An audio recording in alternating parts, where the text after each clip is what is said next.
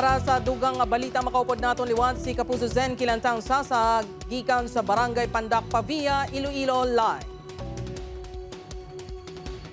Mga kapuso, separado nga mga insidente nagluntad sa Iloilo City kag San Jose Antique. Samtang lalaki patay matapos matiruhan sa banwa sang San Joaquin, Iloilo. Yaring balita nga atong gitutukan.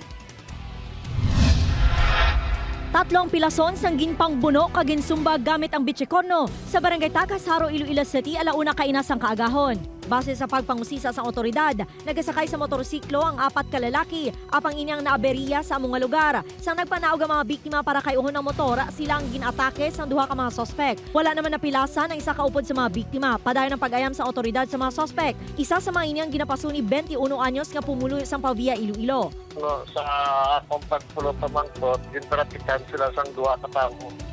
Kag wala na sang damo nga istorya, ang isa may nagpamuno, ang isa may putsigurno nga nakaigo sa isa sa ulo. Patay ang duha ka mga construction worker kag pilaso naman ang duha ka mga kaopdanan sa mga inisang ginpang buno sa Barangay Supa, San Jose Antique kagabi. Ginatudlong nga sospek ang ilaman kaupod sa trabaho. Ginapayag nga isa sa mga napatay ang ginbuno samtang nagapangihi. Nakapangayo pa inis ang bulig sa mga kaopdanan sa barracks. Rason nga ginpang buno man ang mga ini kag nagkalapilasan. Kainas ang agay sa pagid nila kaupod ang nasapuan nga patay malapit sa construction site. Ang nagpangbuno sa iban pang mga biktima. Ang ginapatihan naghimo man sini. Padayon pa nga ginapangita ang sospek matapos magpalagyo.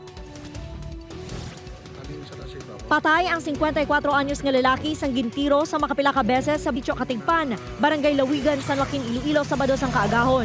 Sa pagpangusisa sang kapulisan, nakita sang sospek nga si alias Kano ang biktima nga si alias Apa nga nagahigda sa baylihan kag ginahagad nga magwa. Sang nakagwa na may komosyon nga nagluntad sa duha. Kag dirigin labo sang biktima ang sospek apang wala na igo. Nagbalos ang sospek kag gintiro ang biktima sa makapila ka beses nga gintunaan sang iya kamatayon. Pagtimalos ang ginatudlo motibo sang krimen. Yara na sa kustodiya sang San Joaquin Police ang sospek matapos nag-surrender. May daan barangay Butanon na bala. Tungod sa ang biktima naton nakapatay ni sang pakaisa sang ato na suspect. Upoy kay Cirilo Randuque, Zen Kilantang Sasa, One Western Visayas.